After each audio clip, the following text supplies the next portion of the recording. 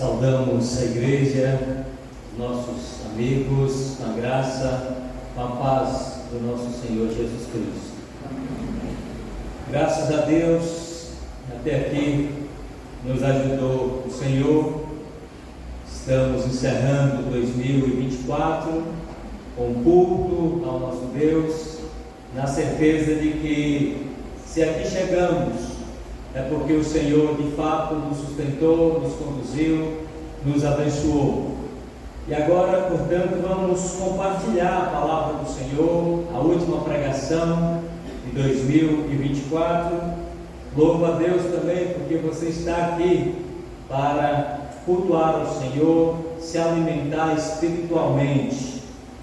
Nós já lemos João capítulo 11 e vamos retornar a este capítulo em todo o momento de pregação. Agora, de forma inicial, João 11, 10, João 11, 9 e 10. Abramos a palavra do Senhor no Evangelho de João, capítulo 11, versos 9 e 10, e lemos assim: Respondeu Jesus: Não são 12 as horas do dia? Se alguém andar de dia, não tropeça, porque vê a luz deste mundo. Mas se andar de noite, tropeça, porque nele não há luz. Eu quero começar fazendo uma pergunta a você. Como você lida com o desperdício? Como você lidou em 2024 com o desperdício? Meus queridos, desperdício é o uso ineficiente ou desnecessário de recursos, tempo, energia ou materiais, resultando em perda ou consumo excessivo sem obter benefícios proporcionais. O Brasil é o 10º país que mais desperdiça alimentos no mundo, com 30% dos alimentos produzidos sendo descartados. De acordo com dados do IBGE, cerca de 30% dos alimentos produzidos no país acabam sendo jogados fora, que corresponde a cerca de 46 milhões de toneladas de alimento por ano. E a pergunta persiste: como você lida com o desperdício? Meus irmãos, muito pior do que desperdiçar alimentos é desperdiçar vidas que Deus criou para o seu propósito, para a sua glória. Muito pior do que desperdiçar alimentos ou coisas é desperdiçar vidas que Deus criou. Nós desperdiçamos nossas vidas desperdiçando o nosso tempo, porque como gastamos nosso tempo é como gastamos nossas vidas. E eu quero lhe convidar a pensar comigo: como seria se você tivesse R$1.440 no Pix para gastar todos os dias de 2025? Nada disso poderia ser transferido para o dia seguinte. Como seria se todos os dias você tivesse o privilégio de gastar R$1.440 R$ 1.440. Eu imagino que não seria fácil usar esse dinheiro, essa quantia, com sabedoria. O fato é que cada um de nós tem 1.440 minutos todos os dias para usar para algum propósito. E se você viver os 365 dias de 2025, terá 8.760 horas para gastar. E reservando 8 horas por dia para dormir, reservando 8 horas para trabalhar ou para estudar, sem calcular os dias de folga, ainda sobra 2.920 horas no ano. E a pergunta é: como você usará essas horas que Deus lhe confiou? Com que propósito você usará esse tempo que Deus lhe deu? Você usará esse tempo à luz da eternidade? Ou desperdiçará o seu tempo em coisas que realmente não importam? Como você gastou ou como você investiu essas 2.920 horas em 2024? O que você fará com estas horas que hão de sobrar no seu tempo em 2025? Meus irmãos, a frase "apenas uma vida, logo passará, somente o que é feito por Cristo durará", deveria ser nosso lema para 2025. Então, se você está em busca de um lema para 2025, eu vou repetir esta frase: apenas uma vida, logo passará, somente o que é feito por Cristo durará. Somente o que é feito por Cristo durará. É certo que isso não quer dizer que cada minuto acordado deve ser usado tão somente para propósitos espirituais. O Senhor sabe que todos nós temos de fazer compras. O Senhor sabe que todos nós temos que cuidar das questões pessoais. Temos que preparar refeições, temos que limpar a casa, temos que pagar as contas, precisamos de lazer e mais. Todos nós, especialmente os homens, precisam de uma certa quantidade de tempo para ficar na caixinha do nada. Mas deixando tudo isso de lado, nós precisamos considerar o uso do nosso tempo, de maneiras que tudo aquilo que viermos a fazer promovam os propósitos de Deus.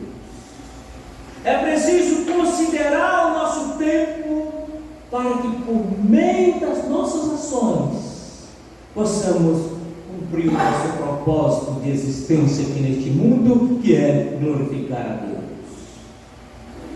Meus irmãos, sendo que Jesus se entregou na cruz para nos redimir deste mundo maligno, seria uma tragédia total desperdiçarmos as nossas vidas. Seria algo insano desperdiçarmos o nosso tempo. Dito isto, eu quero considerar algumas lições com os irmãos. E em primeiro lugar, veremos que Jesus é o grande grande exemplo de como gastar o tempo. Jesus, o nosso Senhor, é o grande exemplo de como gastar o tempo.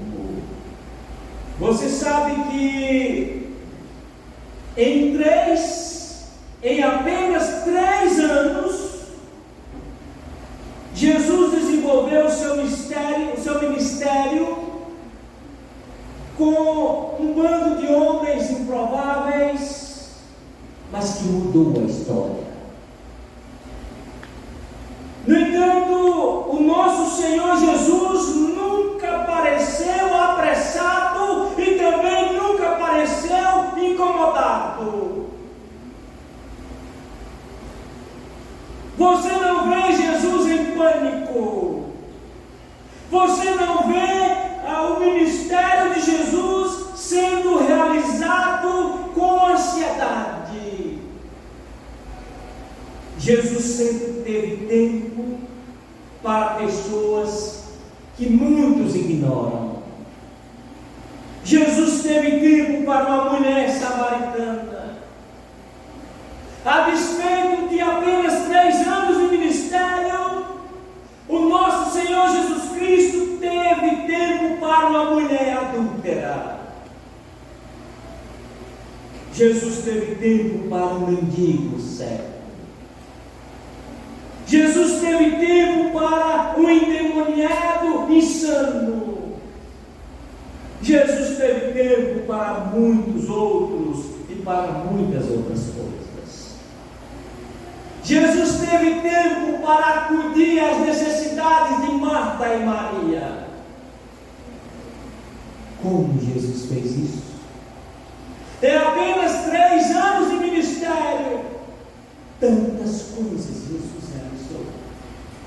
Meus irmãos, no centro de tudo estava a sua comunhão com o Pai.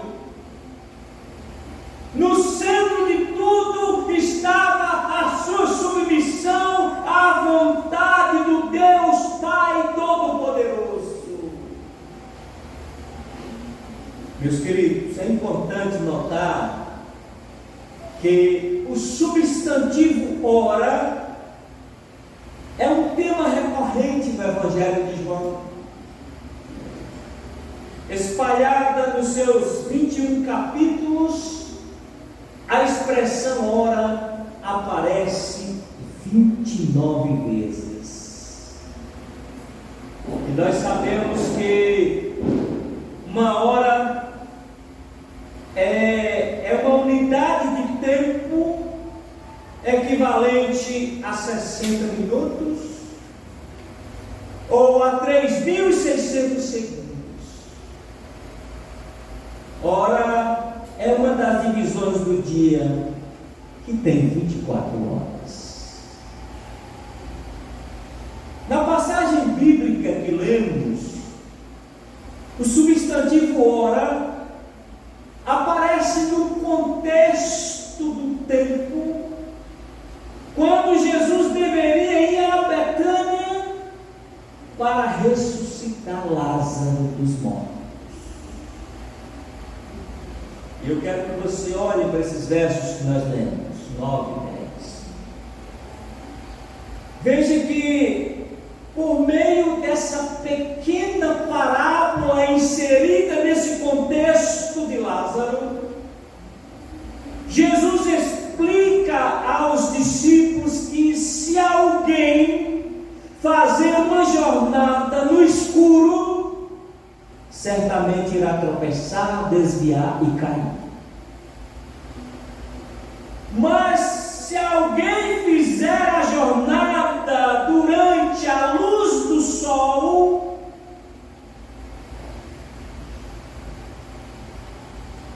a claridade irá apontar a estrada de modo que não há perigo.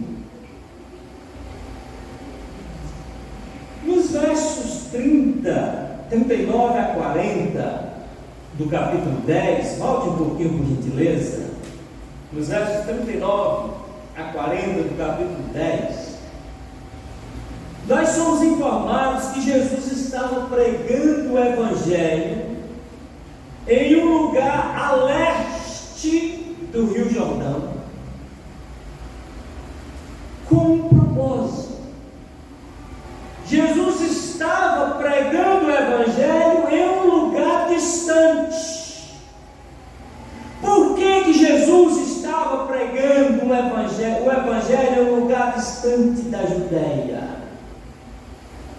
Meus irmãos, Jesus estava além do Jordão para evitar as tentativas dos líderes judeus de prendê-lo. Esse era o propósito, era o objetivo. Jesus se retirou e foi pregar em outras terras por conta da perseguição dos judeus.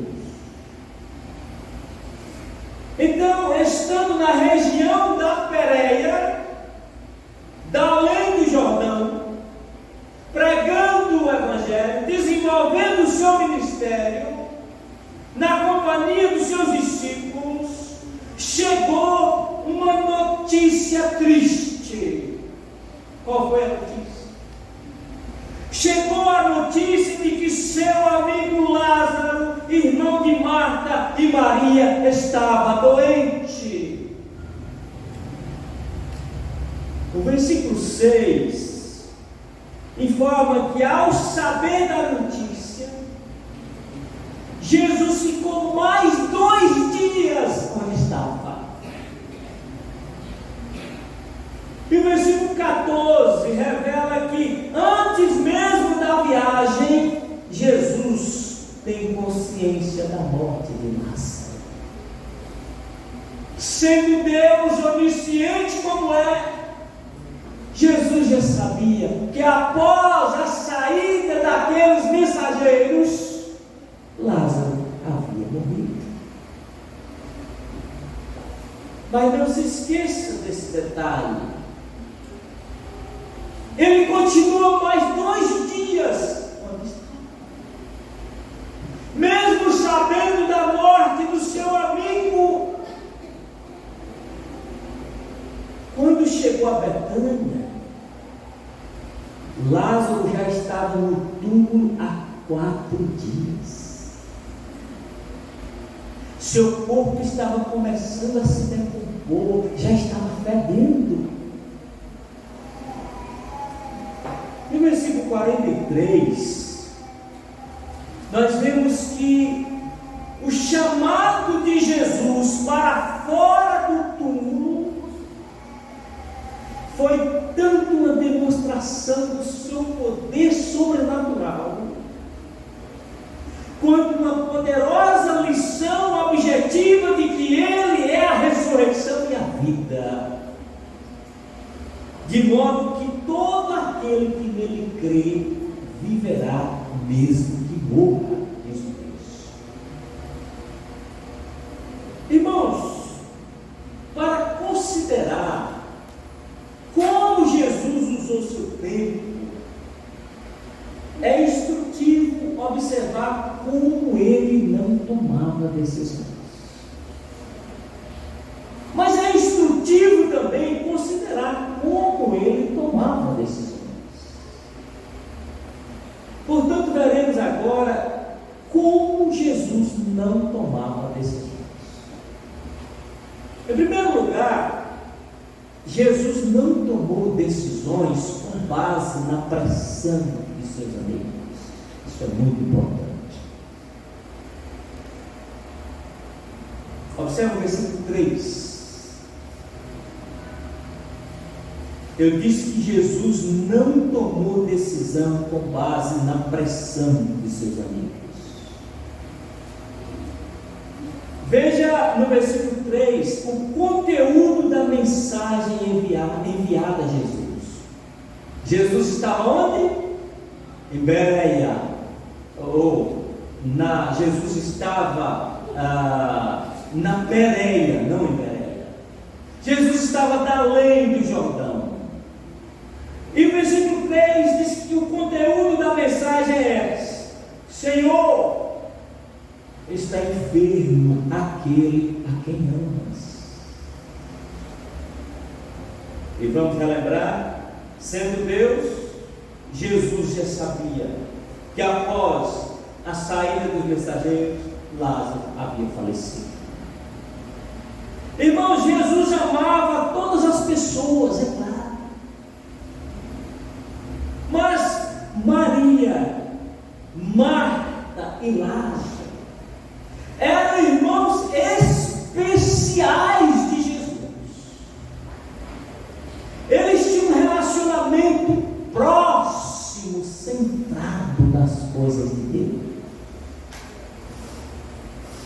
Assim, meus queridos, parece estranho ler que quando Jesus ouviu que Lázaro estava doente, ainda ficou por mais 2 dias no lugar que ele estava desenvolvendo o seu ministério.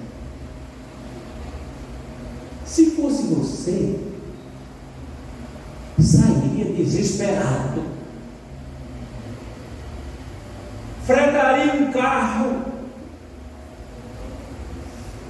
tomaria as providências urgentes. E quantas vezes nós já vimos assim, sob pressão dos amigos? Veja que seus detalhes do texto, parece que Jesus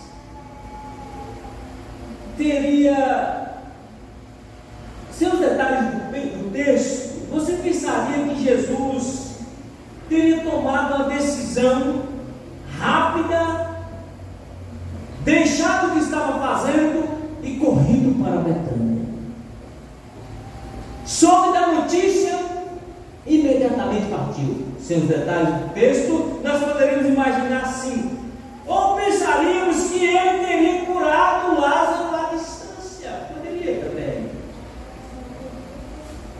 Mas Jesus não tomou decisões com base na pressão, nem mesmo de seus amigos mais próximos. Isso é importante. Em vez disso, meus irmãos, Jesus tomou decisões com base nos propósitos de Deus. Havia uma urgência na nossa perspectiva, sim. Seu amigo estava doente.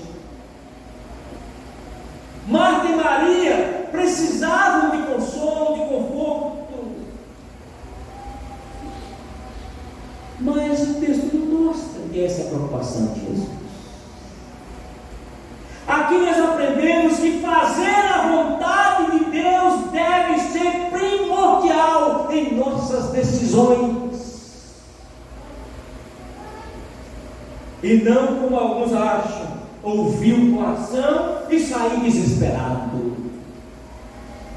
Irmãos, em segundo lugar, Jesus não tomou decisões com base nas emoções do momento. Veja o que é dito no versículo 5. Amava Jesus a Marta e a seu irmão, amava Jesus a Marta e a sua irmã e a Lázaro. Aqui João observa um amor especial de Jesus para com aquela família. Mas Jesus não permitiu que seus sentimentos por esses amigos o colocassem em pânico, em desespero. Em vez disso, ele calmamente ficou onde estava por 2 dias e só depois fez a viagem para Betânia. Se fosse eu, a igreja iria me chamar de irresponsável. Pode ter certeza. Irmãos, quantas de nossas decisões são baseadas nas emoções do momento? No calor da coisa. Aqui nós aprendemos que diante das decisões a serem tomadas, devemos pensar calmamente sobre qual é a vontade de Deus nesta ou naquela situação. Muitos tomaram decisões em 2024 sem ao menos orar. sobre as questões.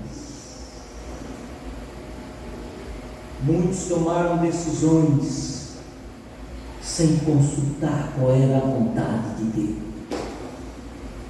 Usaram o tempo do seu próprio modo, do seu próprio jeito. Meus queridos, geralmente decisões emocionadas, decisões baseadas na pressão do momento, não são as decisões mais sábias. Diante dos desafios que a vida nos propõe, no mínimo, devemos parar, orar e pensar na situação à luz das Escrituras antes de agirmos. Em terceiro lugar, Jesus não tomou decisões com base nas ameaças dos seus amigos. Olha o versículo 7. É muito interessante esse versículo 7. Veja que quando Jesus disse aos discípulos: vamos outra vez para a Judeia, aqui já é o momento, já tinha passado 2 dias, é o momento que Jesus entendeu que estava na hora de ir para a Judeia, de ir para Betânia, de resolver aquela situação. Veja qual foi a resposta deles. Jesus chamou os discípulos: vamos. Olha o versículo 8. O que eles disseram? Mestres, ainda agora os judeus procuravam apedrejar-te e voltas para lá? Irmãos, esta é uma maneira discreta de dizer: você está louco? Você quer morrer? E o contexto nos dá a sensação de que o pensamento implícito dos discípulos era: se formos para lá com Jesus, podemos morrer também nas mãos dos líderes religiosos. Mas Jesus não decidiu para onde ir ou servir com base nas ameaças dos seus amigos. Irmãos, em certa ocasião, alguns dos fariseus vieram a dizer a Jesus: ei, vai embora daqui, corra, desapareça, porque Herodes quer matar-te. Ele, porém, lhes respondeu: vão e digam a essa raposa que hoje e amanhã expulso demônios e curo doentes, e no terceiro dia terminarei. Eu lhes falo, diga a ele que vão continuar por aqui desenvolvendo o meu ministério. O que nós aprendemos com isso? Que Jesus fez a vontade de Deus sem ser assustado pelos seus inimigos.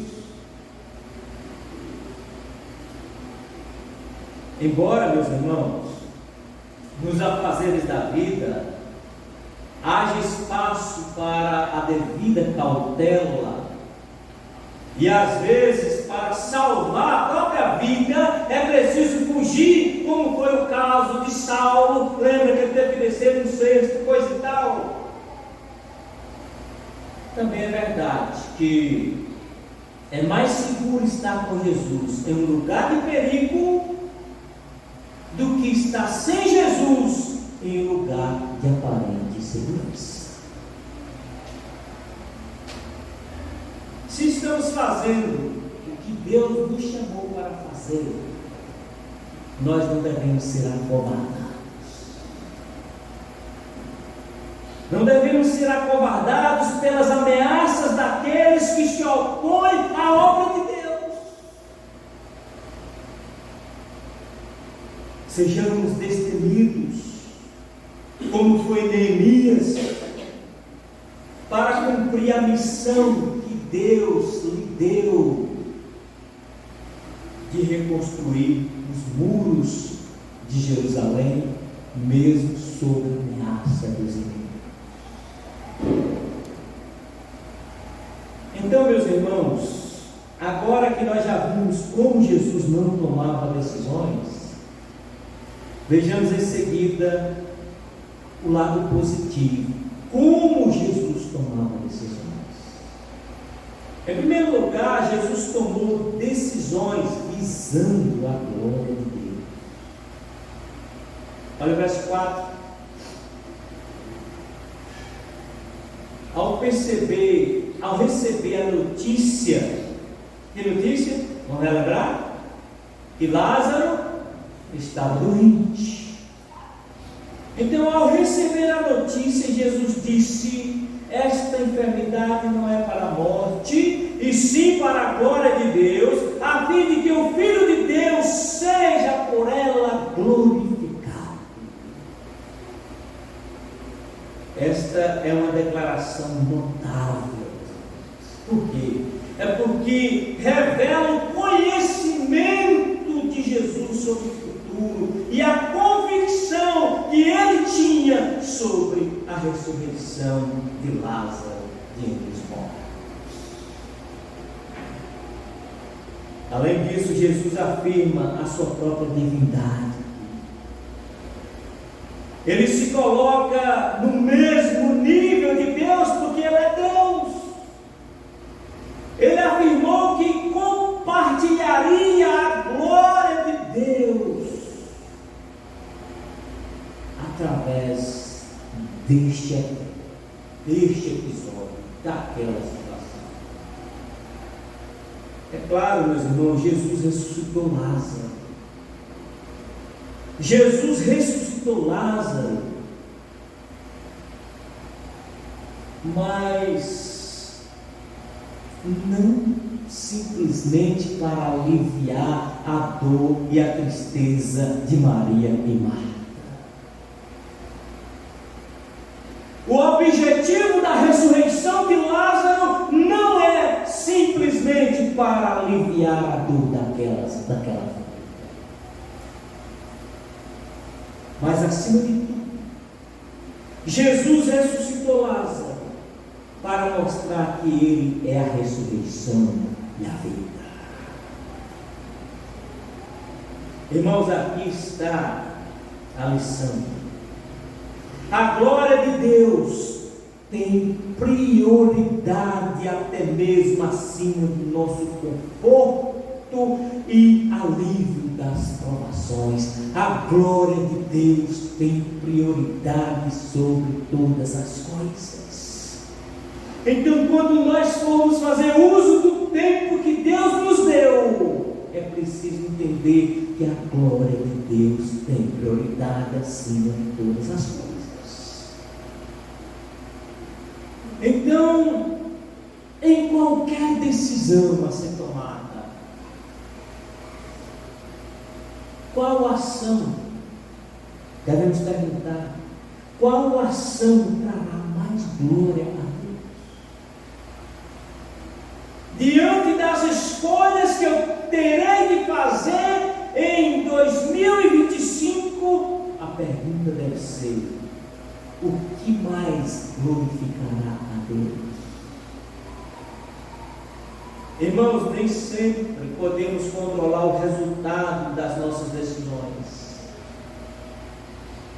mas devemos sempre ter como objetivo fazer Deus parecer bom, como Ele realmente é. O propósito de Jesus era exaltar Deus, mostrar ao povo que Deus é todo poderoso. Em segundo lugar, Jesus tomou decisões visando expor a verdade aos outros. Olha o versículo 8. No versículo 8, quando os discípulos alertaram Jesus sobre o perigo de retornar à Judéia e consequentemente a Betânia, àquele lá em luto, veja o que ele respondeu nos versículos 9 e 10. texto que nós lemos. Jesus diz: não são 12 as horas do dia? Se alguém andar de dia, não tropeça, porque vê a luz deste mundo, mas se andar de noite, tropeça, porque nele não há luz. Nós sabemos que as 12 horas de luz do dia se referiam ao tempo em que o homem podia trabalhar. E a mensagem aqui é que enquanto Jesus, a luz do mundo, estiver presente, os homens devem aproveitar ao máximo. Olha que coisa fantástica. Enquanto Jesus, a luz do mundo, estiver presente, enquanto você tiver acesso à luz do mundo, aproveite ao máximo. Logo esta luz será retirada. Em outras palavras, aproveite ao máximo as oportunidades de servir a Deus enquanto você pode. Aproveite enquanto é dia. Aproveite enquanto o sol brilha. Aproveite enquanto a luz do mundo ainda está presente. Outra mensagem evidente aqui é a ideia de que estar com Jesus é estar na luz. Estar com Jesus é estar longe da escuridão. Portanto, estar com Jesus, andar com Jesus, viver com Jesus, você não está sujeito aos tropeços.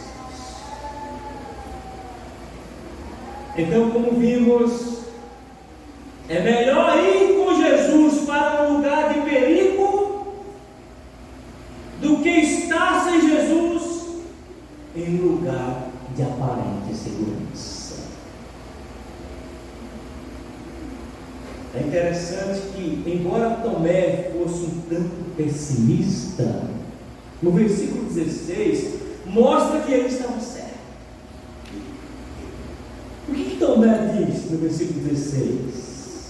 No final do versículo 16, Tomé diz: vamos também nós para morrermos com ele. Vamos para a Judéia, já sabemos que os líderes judeus vão perseguir, vão nos matar, mas é melhor morrer com Jesus do que viver sem Jesus. Essa foi a conclusão. Irmãos, em terceiro lugar, Jesus tomou decisões visando implantar a fé nas pessoas. Os discípulos já acreditavam em Jesus, mas a fé deles ainda precisava crescer, desenvolver. A fé deles ainda precisava ser aumentada. Então Jesus fala o que a princípio soa como uma declaração grosseira. Olha o final do versículo 14. E aí vamos para o 15. Jesus disse: Lázaro morreu.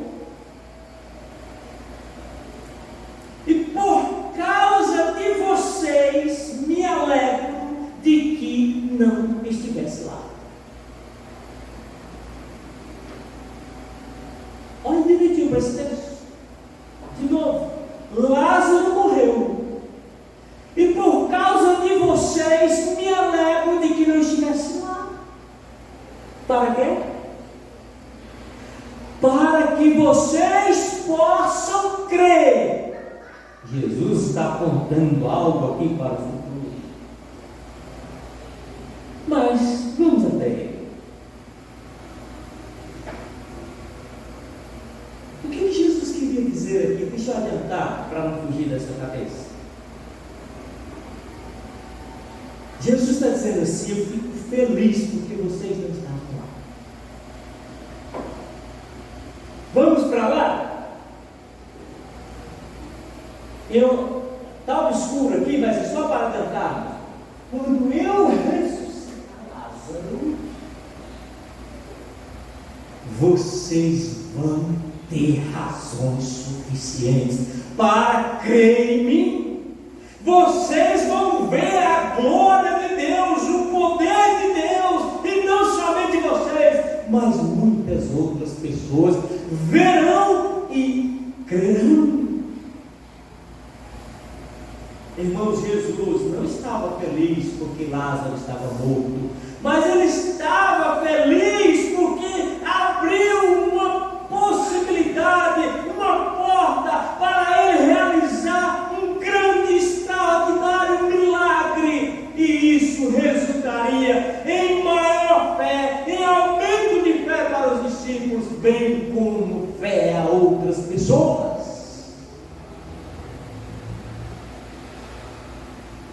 Então, esse acontecimento levaria muitas outras pessoas a crerem nele. Olha o verso 45. Muitos, pois, dentre os judeus que tinham vindo visitar Maria, quando do luto, né? As condolências ali, vendo o que Jesus fizera, o que foi que Jesus fez? Ressuscitou Lázaro. Vendo o que Jesus fizera, creram nele. Olha que propósito extraordinário. Jesus não tomava decisões de qualquer jeito, não, irmãos.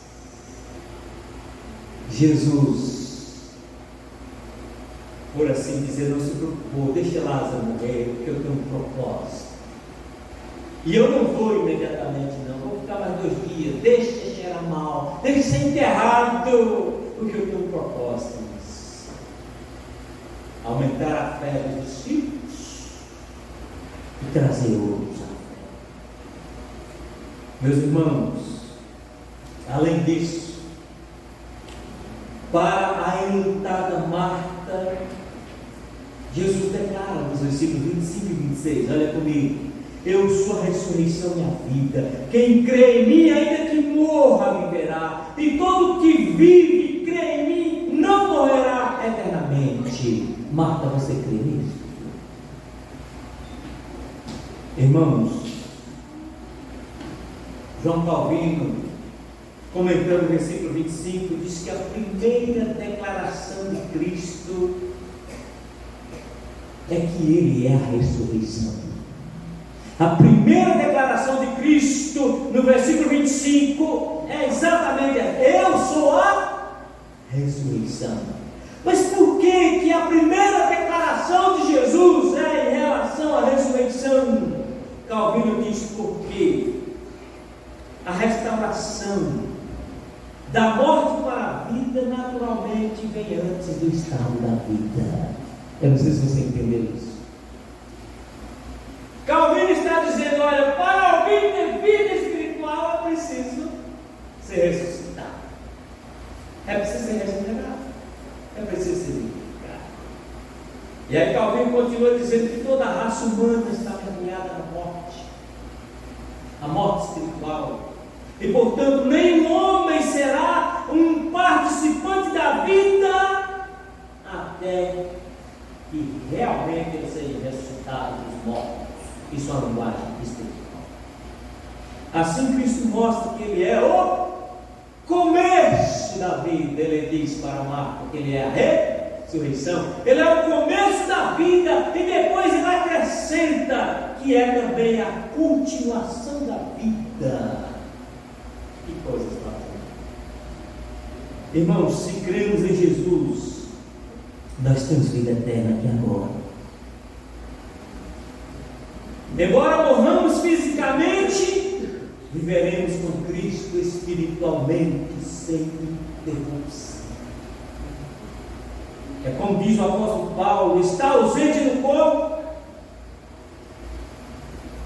está em casa com o Senhor.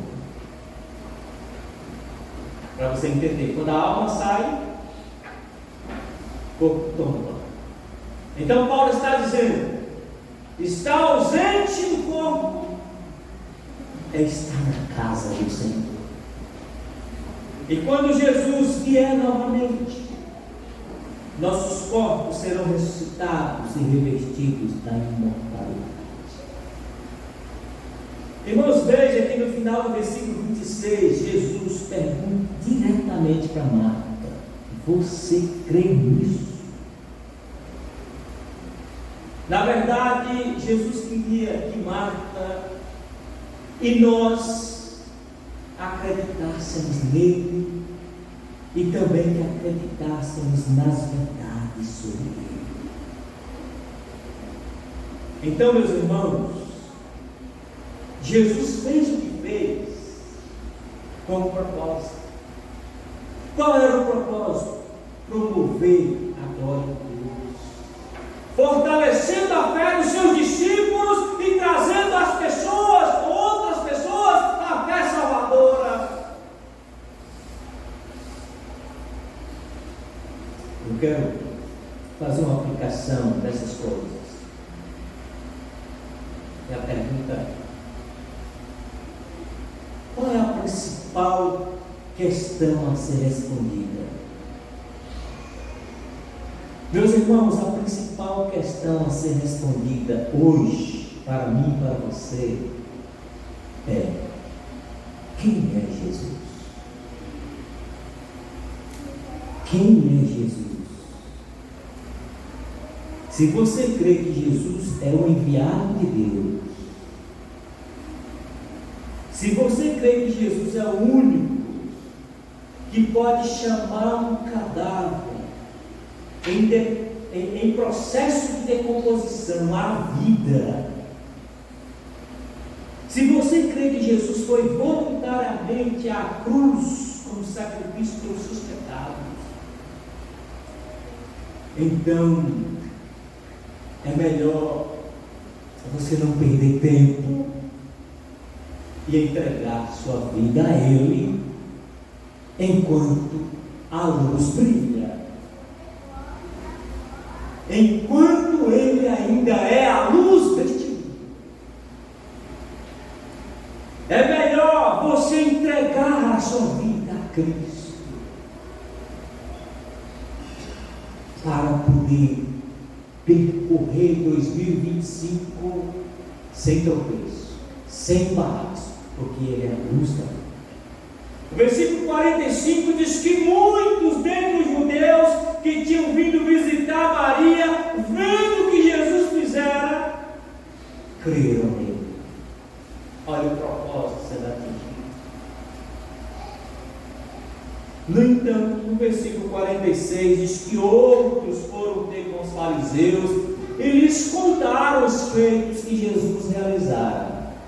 E a resposta deles, a notícia de que Jesus ressuscitou Lázaro dos mortos, não foi apenas irracional e estúpida, mas foi carregada de inveja e desejo de assassiná-lo.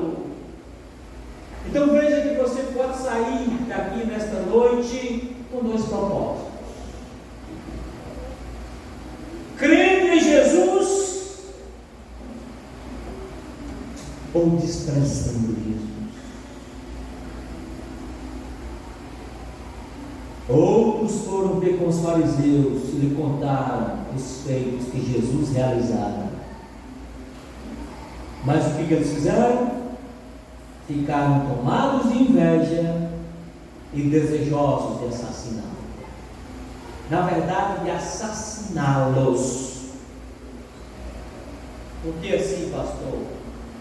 Primeiro, eles planejaram matar Jesus. Agora veja o capítulo 12, versículo 10, o que eles queriam fazer também. 12, 10. Em 11:53, eles planejaram matar Jesus. E em 12:10, eles planejaram matar aquele que Jesus havia ressuscitado. Quem? Vejam, meus irmãos, que absurdo! Os líderes querem matar aquele que tem o poder sobre a morte. Eles querem matar aquele que Jesus ressuscitou dos mortos. eles conseguiriam matar Jesus. Mas a sepultura não pôde segurar o nosso Senhor Jesus Cristo. Ele ressuscitou. A teimosa dureza de coração daqueles homens só resultou em sua própria condenação.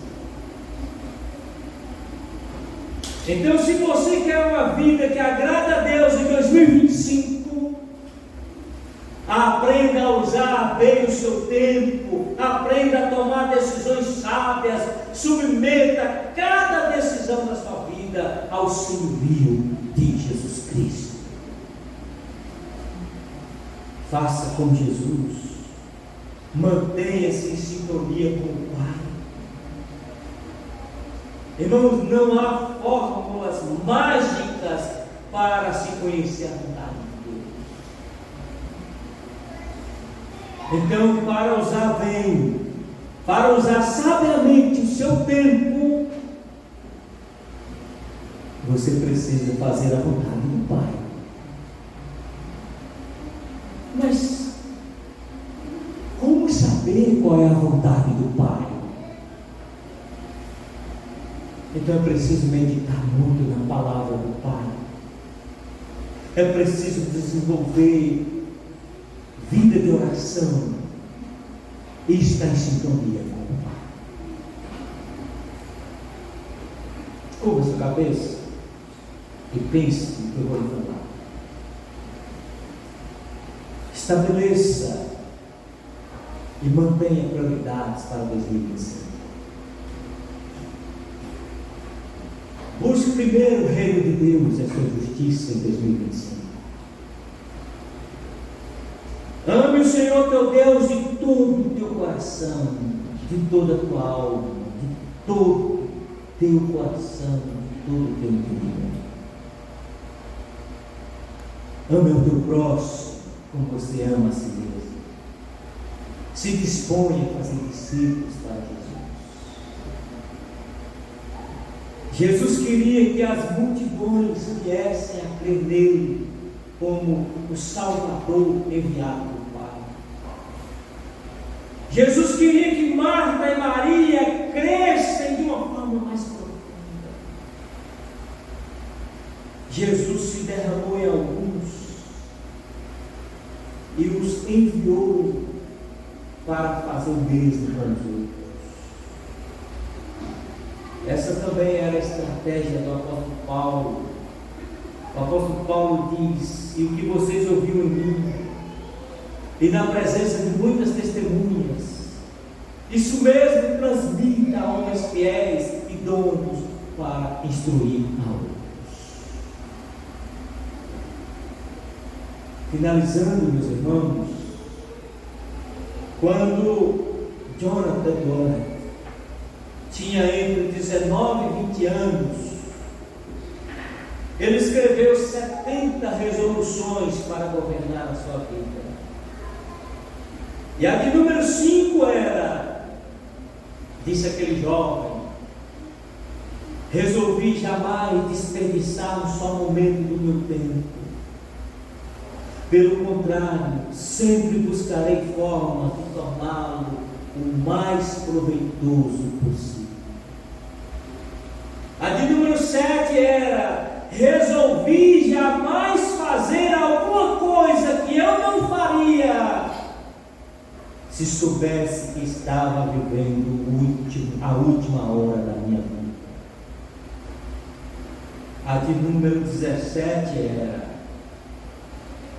resolvi viver de tal forma como se estivesse vivendo o meu último suspiro.